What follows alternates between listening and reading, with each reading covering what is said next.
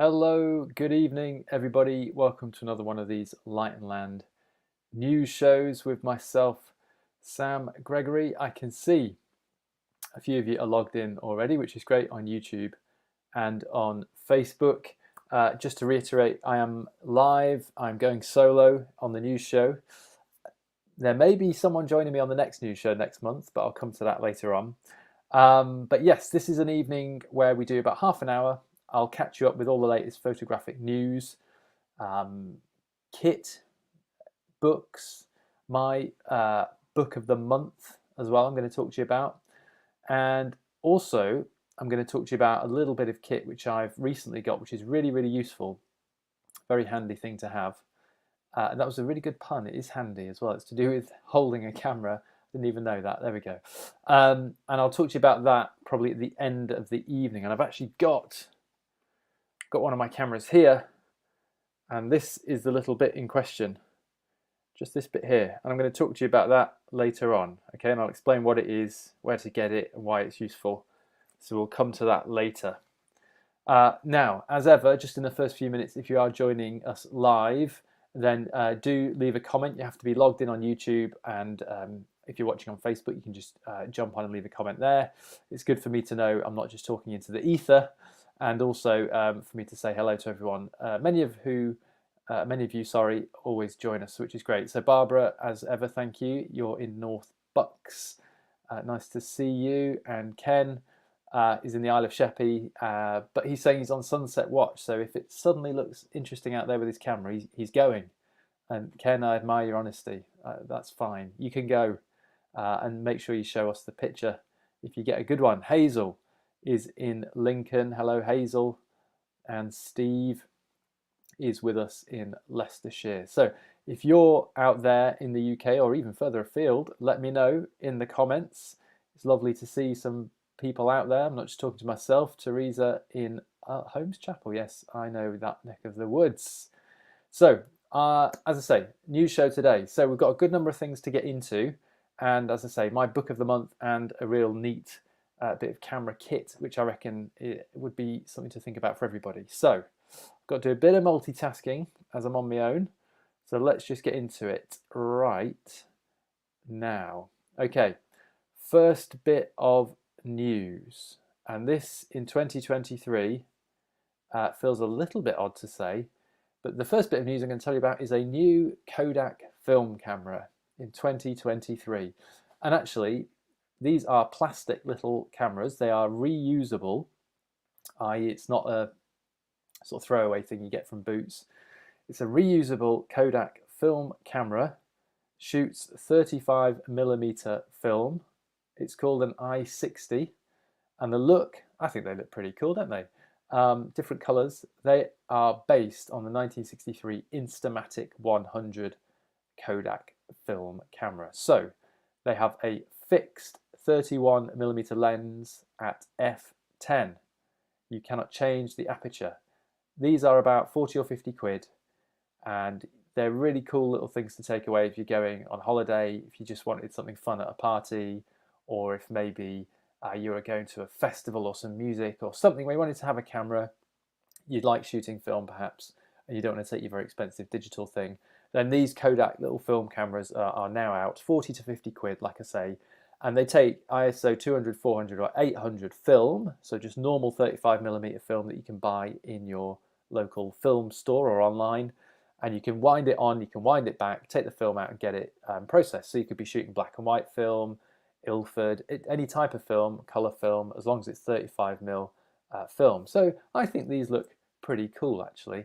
It has a little pop-up flash which you need a battery in there to use, and so for 40 or 50 quid, if you fancy getting back into film but you didn't want to go mad and buy yourself a Hasselblad or something crazy, then this might be a cool little thing to play with.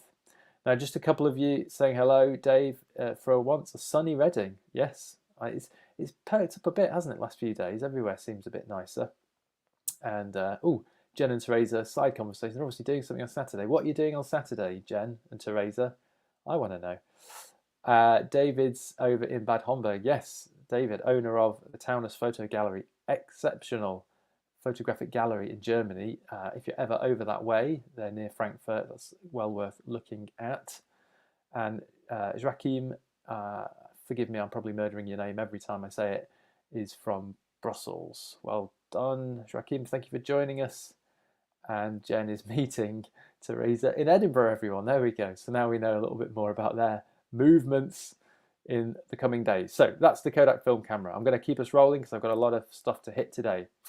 Again, we're on the news show, so I'm going to talk about some gear up the front. Then we've got some really cool, actually, new Light and Land tours I'm going to mention in the middle. And then I'm going to get to little bits of accessories and my book of the month at the end of the live stream. And we'll do about half an hour, like I say. Next two things I want to show you. How many of you out there, maybe I should ask, you can tell me, how many of you out there are shooting Nikon Z gear, Nikon Z mirrorless cameras? I have a Nikon Z6, it's fantastic. I got it when they first came out, and it's been an absolute workhorse. It's done all sorts of video work for me as well. Now they have, over the last few years, been adding up the lenses in that range of the Z lenses, and this is the new 180 to 600 mil. You can work from home, just poke your camera out the window, bang, you don't have to go anywhere. 180 to 600 mil, and it's only 1,800 quid. I actually think that is a bargain. That is an absolute bargain. If you're into your wildlife, and Dave is using a Z9 and a Z6 too, good stuff, great system, they are indeed. I'm a big fan of the Zs. David is also in there, he's on a Z8. There was a lack of longer lenses for the Z system, and those that were available were very expensive. This 180 to 600 mil, if you were going on safari, something like that, 1799, that's an awful lot of lens for that money. It is f5.6 to 6.3, and some of you might think, well, that's not very fast, but don't forget those lengths. 5.6 feels a bit more like 2.8 in terms of background blur and everything else. So I actually think this is a really, really excellent addition to that range. And if you were interested in longer lenses and you just wanted to buy one, this would be the one to go for. They do prime, I can't remember now off the top of my head, but I think it's a 400. But I would, if I was you, I'd get the zoom one. That'd save you some carrying some stuff around, and probably save you a ton of cash as well. Now, if you look at it there on the camera, it doesn't look crazy. I mean, it is long, but the one thing I read about these, actually, you can use them with the extenders, the Nikon Z extenders. So actually, if you added an extender to this, the 2x extender, this lens could actually shoot, I believe, correct me if I'm wrong out there, up to 1200 mil, which is insane for £1,800 on a lens, and the glass quality will be really good. All those Z lenses are fantastic. So if you're into your long lenses and you've got a Z, Scott's there, it's got the Z7. There you go, Scott, whack one of those on. You'll be taking pictures of the moon, you'll be seeing all sorts of stuff close up, it'll be amazing. Now, another excellent Z lens is the Z80 to, 70 to 180 f2.8. So Tamron, the sort of more affordable lens makers, have been making a range of lenses for Nikon that Nikon put in their range. They don't call it the S line, they just call it a Z lens. So Tamron make it's a 70 to 180 aperture f2.8, and that's only 1299. And again, actually, it feels a bit odd just ending at 180, but the reason they do that, Nikon, is they don't want this to step on their own 70 to 200. Which is a very good lens. It's also a very long and heavy lens. So if you wanted a mid-length zoom for your Nikon Zs, all those guys out there that were saying they use the Zs, do you guys have the 70 to 200 already? I was personally waiting for the 70 to 200 f4, and then this little thing turned up, and this, well, might be a nice option for you. From all accounts, these Tamron / Nikon lens combos are actually very, very good quality. Are they quite as good as the S series Nikon lenses? Short answer, no. But that's why they cost a lot less. Such is life. Right, I'm going to rattle through the gear. We've got a couple more to cover. Sony G lens. Now, is anyone out there a Sony shooter? I'm going to be honest with you, never used them. Lots of people and friends I know work in video land use Sony gear.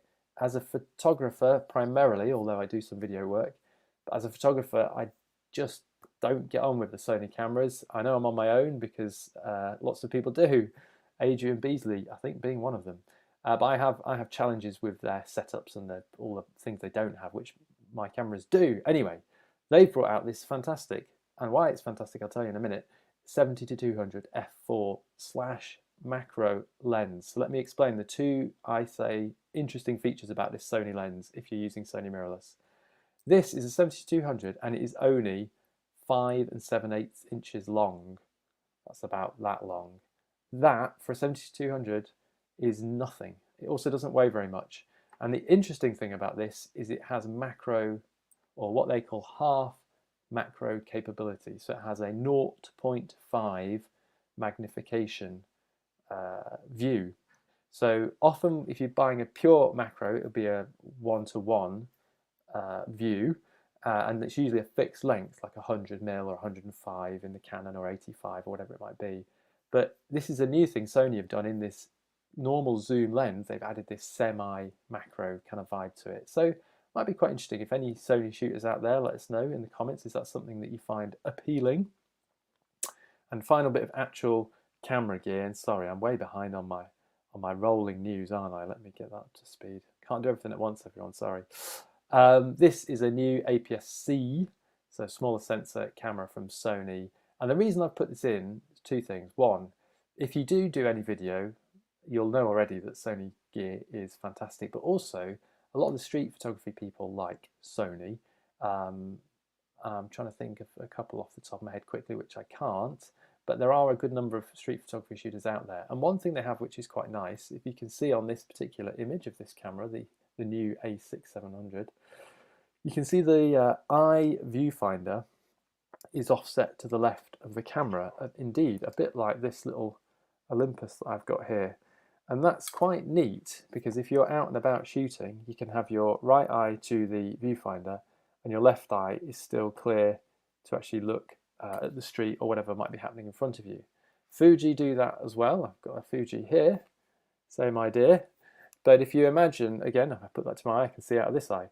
If you imagine that thing's in the middle, the viewfinder, this eye now is blocked. So it's a tiny little thing, but I think it's just something to think about. Do you need to see out of that eye? And if you do, if you're doing street, like I say, then and or video holding to the eye, which you can do, then the Sony's might be a good idea. Commonly, like all the Sony stuff, this has crazy amounts of tech on it, including artificial intelligence, which drives the subject recognition. So it knows where your eye is from 100 meters and all this sort of lark. So I would say certainly focus on Sony is pretty unbeatable from everything I'm told in terms of tracking fast wildlife, tracking people in a moving situation, sports photography, maybe, like I said, a bit of street. The Sony stuff is great. So if you're after something a bit smaller to use in those scenarios, then this Sony might be a good idea. Now, this is just something I wanted to touch on very briefly, very briefly. There's been a lot of stuff, hasn't there, in the news recently about Photoshop updates, about AI, artificial intelligence in photography, and all sorts of crazy things. And I had a couple of emails come in the other day. This one from Photoshop, because I'm on the Creative Cloud, and it said, you know, replace a sky in Photoshop, turn those skies into something that you wish were there. And I just thought I'd throw it out there. What do you guys out there all think about this? Do you replace your skies? Do you think that's good? Do you think that's a crime? Tell me, what do you reckon? Would you replace a sky? Have you ever done it? If you did you tell people you'd changed it? Or do you not think it matters? Is it just art? You can do anything? I don't know. I don't have the answers. I'm asking you for your opinions. So if you want to throw your hat in the ring, you're in a safe space. Just log in and bang a comment in here. We might pick up on that as a conversation. One thing which has happened is, and this came into my email box today, the people at the photography show are hosting a live debate about the role of artificial intelligence in photography. Now, some of you out there might be thinking, yawn, why is he boring me with this? But actually, for a lot of people, especially working photographers, the AI thing is a huge thing to either get on board with and maximize, or to be terrified of, depending on your opinion. And so this is a debate featuring a number of photographers and people in the photography world. It's chaired by Michael Pritchard, who is a director of the Royal Photographic Society. It's a free to attend debate on the 24th of August at 7:30 p.m. You can find more about that on the Photography and Video Show website or futureevents.co/captureonline. So, as I say, it is a bit of a hot button topic at the moment, and lots of people are throwing their hats into the ring. Barbara says no, she could. Now, Barbara, you could not technically, or you would not change a sky. I think you mean would not, and I'm being a bit playful with the words there. But okay, that's good to know. You wouldn't change a sky. Anyone out there would? Or how would you feel about it if you really loved an image and then someone told you, actually, oh, I changed that sky? Would that change? Would that ruin it for you? Would it not? Tell me. Right. That's the kind of gear out of the way until we get to my little bit at the end about this cool little thing I have I want to tell you more about. Let's get into a couple of book related things and light and land news as well. First up, new book. I don't always put every single new book, obviously, into these talks, but this one I think is quite an interesting book by a very, very, very good landscape photographer. I'm sure you all know Hans Strand, Swedish landscape photographer. If you don't know, then do go and look at some of his work. He is, I don't think it's an exaggeration to say he's probably one of the most highly regarded landscape photographers in the world of the past few decades, certainly in European terms, along with Joe Cornish. I would throw Charlie in there as well, although I don't think of Charlie as a landscape photographer necessarily. And Hans Strand, as I say, based in Sweden, he's done all sorts of work, primarily focusing on landscape, more on the wild side of things earlier on in his career, and then more latterly around ecosystem change, and that's involved a lot of more abstract work from above. You will have seen some of his work from planes and things like that. So anyway, he's brought out this new book, and it's being printed and sold by the people at Kozu Books. Greg down there at Kozu Books, who's a big champion of landscape photography. They're down in Wells, fantastic printing company. They printed my first book, in fact. Did an excellent job of it. But they are releasing this book with Hans, and it's called Aqua, and it is all about water, funnily enough. In the foreword, Hans talks about the 3 stages of water: the ice, liquid, and the gas. And so in some of these image spreads I'm going to share with you, there's a good number of images that show water in various stages. Now, I'm not sure on the resolution of what you're seeing. I could only borrow the small res images from the book site, so forgive me if these aren't crisp. That is no reflection on Hans. I'm afraid that's just the size of the images that were available. But I promise you, anything that Hans Strand does is fantastic. That's all you need to know. And this book should be a really interesting look across those 3 elements, or they're not elements, are they? Those 3 iterations, if you will, of water and how it represents in the landscape. It's all around us, it's ever changing, and obviously we're all fully aware of the fact that at the moment, with the whole climate situation as it is, that's only going one way. That's going to become more and more important. Water itself is going to shape things, obviously within the landscape, but it's also going to become a resource which we're all going to be scrabbling around for in the not too distant future, which is quite scary. So I think Hans walks a good line between capturing what we might regard as sort of more classic traditional landscape, but actually framing it in a way which maybe is more relevant to the discourse in the public in terms of the landscape and how we react to it and how it's changing and everything else. David, actually over there at the Tues Photo Gallery, yes, just bought Aqua, and I'm hugely looking forward to unwrapping this when it gets here. Yes, indeed. I think if anyone, it's difficult, isn't it? So many books come out now. You've got people self-publishing. I'm guilty of it. Guilty, you know what I mean? There's fantastic books coming, it seems, every week. I think sometimes if you've been holding back and you're trying to calm your spending a bit, there are certain things that just come up where you think, okay, well, I probably should buy that one because it's going to be great. And I would argue that this is one of those moments. So do check that out. That's Hans Strand, and I'm going to talk a little bit more about him later as well. It's available from Kozu Books, £45, and/or there's versions you can buy with special prints, which will be more than £45. And you can find that Kozu Books on their website, Kozu. Right. Now, I'm going to get into some light and land news, but just before I do, we're going to talk about a couple of tours. Yes, Barbara, would not. Yes, you would not do it.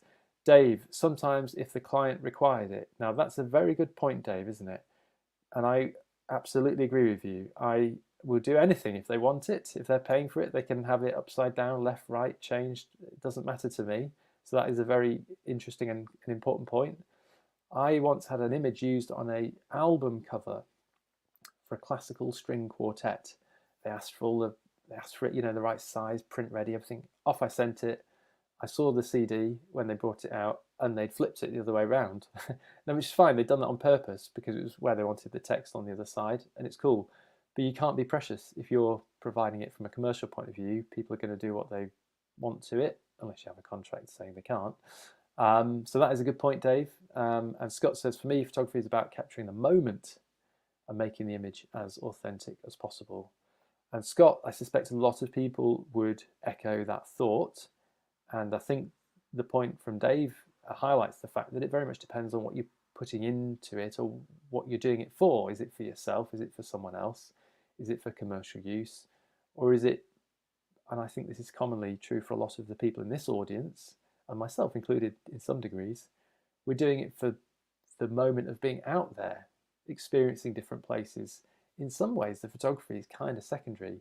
It's being around other people that like what we do. It's being in the landscape at quiet times or gorgeous times or dramatic times, isn't it? I think for a lot of us, probably, that is actually the motivator, and the photography kind of comes alongside that. Anyway, let me know your thoughts if you wish to add anything into that. Next 5 minutes, we're just going to cover some light and land related tour news because there's 3 or 4 new tours which I would like to tell you about. And then, like I say, I'm going to cover my book of the month, and I'm going to talk to you about my little camera accessory that I'd like you guys to know about, and I'll explain why it's useful. Right, first tour then, astrophotography. This is a very popular one. We do this every year usually with Peter Hendry, who is a local of Exmoor. In fact, he owns a hotel down there. And this tour is based in Exmoor from the 10th to the 12th of May, and it is all things astrophotography. So Peter will be taking you out, obviously, through the night and teaching you the techniques and the shooting skills that you need to capture amazing astro images like these ones we're showing you here. Now, obviously, weather can change, so it's a very reactive tour. Peter will move you from place to place to follow the weather and get you the best opportunities to shoot at night. Plus, there's some processing and technique-based learning in this as well. So it's not just in the field, but you'll make the most of your time with Peter, who's a very experienced A, in this location, and B, in shooting astrophotography. And you can just see some of these fantastic shots. And it is the kind of photography that you need to do. If you've never done it before, you need to do it with someone who knows what they're doing, so they can fast track that knowledge for you, so you can get out and you can then go and shoot in your local areas or in some dark sky areas wherever you might be able to find them near you. So this is astrophotography with Peter Hendry, based in Exmoor, Devon Way. Dates 10th to 12th of May, and there are just 2 places remaining. This one always sells out pretty quickly, so if you're interested in that, there'll only be one, I believe, in that period of the year at least, at lightandland.co.uk. Right, next. Bit of a change of scene. Now, if any of you have watched these live shows since we've returned in the last few months, thank you, firstly. And secondly, you will have seen Mark Seymour come and do a chat with me about street photography and also about travel photography. And Mark's doing more and more with Light and Land, which is fantastic because he's a very, very experienced photographer. Nikon ambassador, has worked all around the world doing projects for Nat Geo and all sorts of stuff. Cool work, cool guy, knows his business, knows his onions, and he's doing this Abandoned America tour. So this is 1st to the 13th of May 2024. And I've put here rural decay, architecture, ghost towns, prairies. You get the vibe. It's these parts of America in Dakota, Montana, which were probably until the early 1900s, they were unoccupied, certainly by the white west. Well, what should we call it? I'm trying to think of a nice way to put it. Let's say the more modern American citizens obviously hadn't made their way up there yet. There was plenty of Native Americans who'd been there a long, long time, but that's a whole other story for another day. But this area did get sort of colonized and expanded into, and there was a lot of agriculture, a lot of working of the land, but that in a very short period that kind of turned around, and now what you find is there's a lot of these unused huts and sort of slightly worn down looking places, and as I say, Mark's calling this abandoned America, which is quite a good name for it, I think. Now that is available at the moment, lightandland.co.uk for any of your tour needs. Ken briefly adds, Mark shots in India are fantastic. Yes, he's got lots of great work, and obviously I can only choose a couple of these for the show, but I've seen some extra of these America shots and the locations they're going to look really, really cool. So if you fancy doing something a bit different and you fancied something in America and this kind of vibe, then do check that out. Now, a couple more, and then we're going to finish up with the book of the month and my accessory tip. Dawn Till Dusk. This is South Coast. This is with Tom and Ed. Now, Tom and Ed, Ed Rumble, Tom Solom, are fairly new leaders to Light and Land. I've had some workings with them in the background, shall we say, on a couple of things they were doing and I was doing with them. They are very, very fun guys. I really liked dealing with them. And I'm going to talk about two of their upcoming tours. And actually, we're going to have them on the live stream in a couple of months. But in the UK, they're doing this South Coast from Dawn Till Dusk.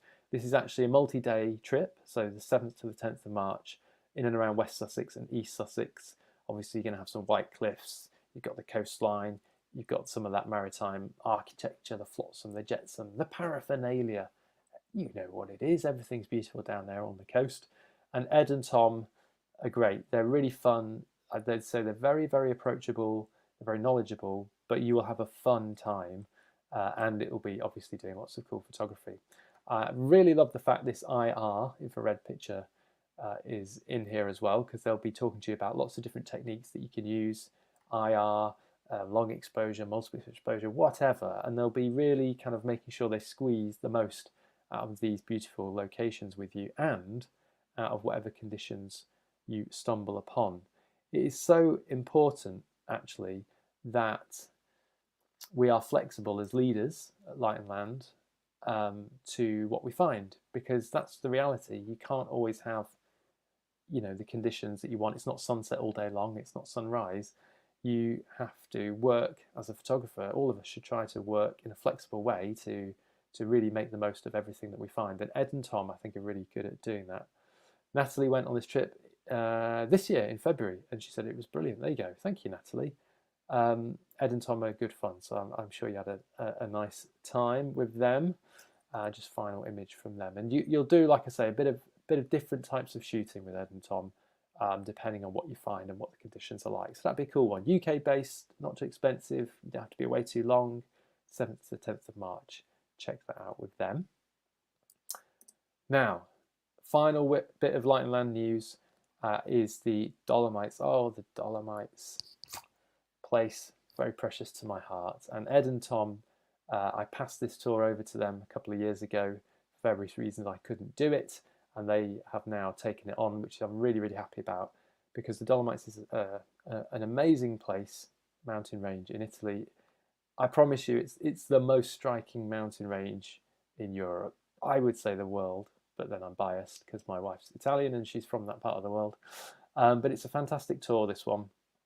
13th to the 18th of June in the Dolomites. So that early summer period, it's really, really good. And I'm really happy they're going then, because it's not busy. You go in late summer, or some of the people do tours there in October, or excuse me, late September, thinking it's autumn. A, you're too early for autumn, and B, it's busy, and sometimes you get snow if you go later, so you get a real mix of conditions which aren't good.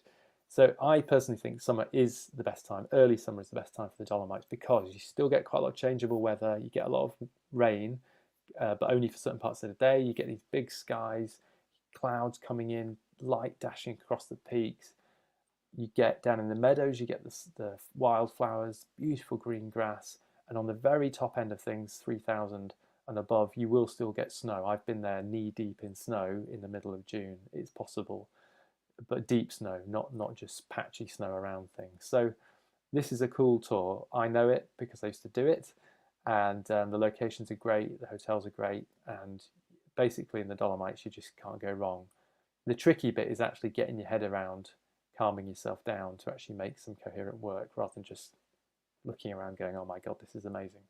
So it's nice that Ed and Tom can do it. They will bring a different spin to it as well. A couple of extra locations that weren't in the tour before, so that's really nice. Again, there'll be a bit of IR, a bit of long lenses, a bit of color, a bit of black and white. They can do everything and they'll help you find everything. And you can see here just how dramatic it is. And you get these beautiful churches, a bit like in Slovenia in some places, dotted around the passes in the Dolomites. And they're based in and around the Kolfosco-Corvara Alta Badia range area. If any of you guys know, that's basically the heart, the centre of the Dolomites. Super, super cool place to do a workshop. And that, sorry, I should say, yes, 13th to the 18th of June, that is next year. That won't hang around that because I reckon that's a really neat tour. So if you fancy going to the Dolomites, it's been on your bucket list, do it, get into it, you'll have a good time, promise. Right, 2 bits to do and then we're out of here. So thank you. If you can bear with me another 5 or 10 minutes. I'm running a little bit long, but it will just be 5 or 10 minutes. I promise you a book of the month because that is what we do every month. I go through my shelves and I think, what's a nice book to talk about here? We've done a bit of street, we've done a bit of landscape, and I'll try and vary it up every time. I've done new books and I'll do old books as well. This time I've chosen a book by Hans Strand because obviously he's just released his new Aqua. This was a smaller scale production and it's called Intimate 1, as in Roman numeral 1. And I believe, and I think this is correct, but I'm happy to be corrected if anyone else out there knows better than me. This was going to be one of a small series of books focusing on his intimate landscape work. And what do we mean by intimate is that we're usually without horizon. It might be a much smaller scale, as you'll see through some of these images. That's the back, I'll come back to that in a second. Some of them are very close up, not quite macro, but you know, that kind of vibe. Extractions of the landscape, I think is the safest way to put it. But others are not a small scale, but they're just, I would say, contained. And I think that's why Hans uses the word intimate here. Now, it was produced and printed and distributed by a company called Triple Kite Publishing, who I don't think are with us anymore. They were for a number of years sort of doing bespoke or boutique, perhaps, landscape photography publications, really nicely printed. And it's a real shame that for whatever reason that didn't carry on and that we never got the end of these series from Hans. I personally, this is one of my favourite landscape photography books because it's sort of quiet, it's not shouty, and there's just a really beautiful touch to the compositions and the colour and the mood. It's right up my street, I would say. And there are some out there secondhand, not many, so it depends whether there are some when you look online. Sometimes they go for more than they did new, and other times if there's a few on the market, then the price comes down because a lot of these places see what else is available if someone else is selling it and they bring the price down accordingly. But it's a really, really beautiful book. It deals with water, with woodland, with all sorts of different scenarios, but the theme, the thread holding it all together is this feeling of intimacy and these closed landscapes, if you will. And like I say, really, really beautiful little book. Now, I'm going to finish up talking about one little bit of kit. And actually what I'm going to do is just tell you a bit about it, and then I'll bring myself back onto the main camera. This is called a micro clutch. It's designed by the very clever people at Peak Design. I love those people. They make really cool bits of gear that are really useful for camera shooters or video people. Straps, hooks, neat holding things, just practical stuff that make holding your camera and using it in the real world a bit better. Let me just show you a couple of screenshots of it in use, then I'll bring myself back up and just show you how I've got it attached on mine. So it launched a few months ago on Kickstarter actually, and Peak Design often do their new products that way, and that way they generate a bit of interest. They generate a certain number of orders. It's very clever commercially. They know how many they need to make for the first 6 months, whatever it is. And if you buy early, you get a little bit of a discount and so on. But they've done all that. They're out in the market now. They're readily available on the website. So you can see it's basically a little holder for you to easily hold a mirrorless camera. And the base unit here is very quick to take off. And I've shown you this picture because I just want you to see what it looks like underneath. There's two variations. There's this sort of L-shaped one. You can see it sticks out because some cameras have that little bit there, don't they?